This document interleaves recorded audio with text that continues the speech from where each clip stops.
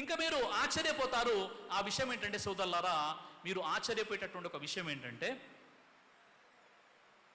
ఈరోజు తెలంగాణలో దాదాపుగా 6-7 మందికి, అక్కడ 5 మందికి ఎమ్మెల్యే స్థానాలు కాంగ్రెస్ పార్టీ ఇచ్చినప్పుడు కూడా ఎవరు గెలవలేనటువంటి పరిస్థితి. ఎందుకంటే ఐక్యత లేని కారణంగా, ముస్లింలో ఐక్యత, ఒక విజన్ లేని కారణంగా ఇలాంటి సమస్యలు జరుగుతున్నాయి. అలాగే ఇప్పుడు మీరు ఆంధ్రప్రదేశ్కి వద్దాం. మనం ఆంధ్రప్రదేశ్లో దాదాపుగా 175 అసెంబ్లీ స్థానాలు ఉన్నాయి. ఎన్ని ఉన్నాయండి? 175 అసెంబ్లీ స్థానాలు ఉన్నాయి. అదేవిధంగా ఎంపీ స్థానాలు, లోక్సభ స్థానాలు 25 ఉన్నాయి. నిజంగా చెప్పాలంటే అక్కడ ముస్లింల యొక్క పర్సంటేజ్ 10%. ఎక్కడ? ఆంధ్రప్రదేశ్లో. ఓట్ల దామాషా ప్రకారంగా చూసినట్లయితే దాదాపుగా 14 నుండి 18 ముస్లిం ఎమ్మెల్యేలు ఉండాలి. ఓట్ల దామాషా ప్రకారం చూసినట్టే దాదాపు 3 ఎంపీలు ఉండాలి. నిజంగా ఒక్క ఎంపీ అయినా ఉన్నాడంటే, తరతరాలుగా ఒక్క ఎంపీ కూడా లేడు. నిజంగా ఒక్క ఎమ్మెల్యే కూడా ఉన్నాడంటే, మొన్న టీడీపీ నుండి 3కి సీట్ ఇస్తే 3 గెలిచారు, వైసీపీ నుండి 7 ఓడిపోయారు. ఓట్ల దామాషా ప్రకారం చూసినట్లయితే దాదాపుగా 12 నుండి 18 మంది మన ఎమ్మెల్యేలు, ముస్లిం ఎమ్మెల్యేలు ఉండాలి, 3 ముస్లిం ఎంపీలు ఉండాలి. మరి ఎందుకు ఇలా జరుగుతుందంటే, మన దగ్గర ఓటు పవర్ ఉంది కానీ యూనిటీ లేదు, ఐక్యత లేదు సోదరులారా.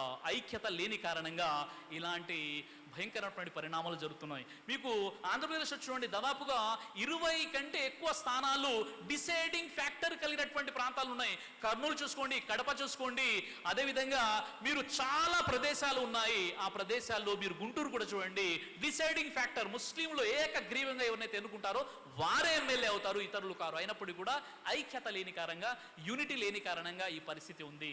నిజంగా ఇతర కమ్యూనిటీలను చూడండి సోదరులారా, ఇతర కమ్యూనిటీలు ఎవరైతే ఉన్నారో వాళ్ళని చూడండి, వాళ్ళ యొక్క బిజినెస్ చూడండి, ఆర్థికంగా కూడా ఎంత ముందు ఉన్నారో చూడండి. మీరు ఇక్కడ చూసినట్లయితే మార్వాడి కమ్యూనిటీ తెలుసు కదా మీకు, మార్వాడి అంటారు, మార్వాడి కాదు.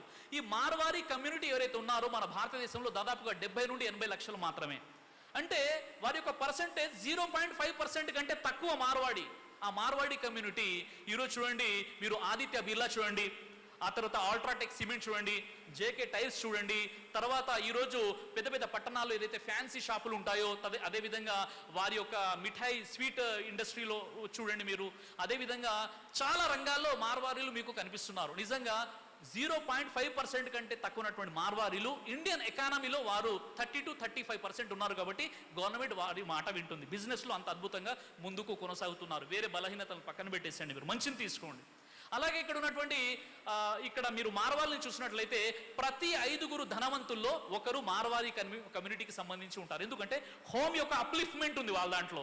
మార్వాడిలో ఎవరు అడుక్కొని తినరు, సిక్కు కమ్యూనిటీలో ఎవరు అడుక్కొని తినరు, జైన్ కమ్యూనిటీలో ఎవరు అడుక్కు తినరు. కానీ మన ముస్లింలు మాత్రం బుర్ఖాలు వేసేసుకొని ఆ చౌరసాల దగ్గర, మీరు అక్కడ మోజామియా మార్కెట్ దగ్గరికి వెళ్ళండి, ఓల్డ్ సిటీ వెళ్ళండి, మొత్తం దియోబావా అని అడుక్కుంటుంటారు. ఎందుకు? మన హోమ్లో అప్లిఫ్ట్మెంట్ అనేది లేదు. ఇక్కడ జైన్ కమ్యూనిటీ ఉంది, జైన్ కమ్యూనిటీ 0.4% కంటే తక్కువ జైన్ కమ్యూనిటీ. కానీ జైన్ కమ్యూనిటీ చూసినట్లయితే జ్యువెలరీలో, గోల్డ్లో, డైమండ్స్లో, రియల్ ఎస్టేట్లో, అదేవిధంగా ఇంపోర్ట్ మరియు ఎక్స్పోర్ట్లో చాలా పెద్ద పెద్ద ధనవంతులు జైన్ కమ్యూనిటీ. పార్సీ మతానికి సంబంధించిన వారు కూడా పెద్ద పెద్ద స్థానంలో ఉన్నారు. కానీ మన ముస్లిం కమ్యూనిటీలో ఎడ్యుకేషన్, ల్యాక్ ఆఫ్ ఎడ్యుకేషన్ కారణంగా ఈరోజు మనం పతనానికి గురైపోతున్నాం. వీటన్నిటికీ కారణం ఏంటో తెలుసా?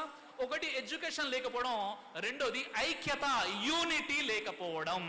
నిజంగా ఒక మహాత్ముడు అడిగాడు, అదేంటంటే 3 దేవీ దేవతలను కలిగిన వారిలో ఉన్న ఐక్యత, 3 దేవుళ్ళను నమ్మేటటువంటి వారి దగ్గర ఐక్యత, ఒకే అల్లాను నమ్మినటువంటి వారి దగ్గర ఈ ఐక్యత లేదు అంటే మన సమాధానం ఏంటి?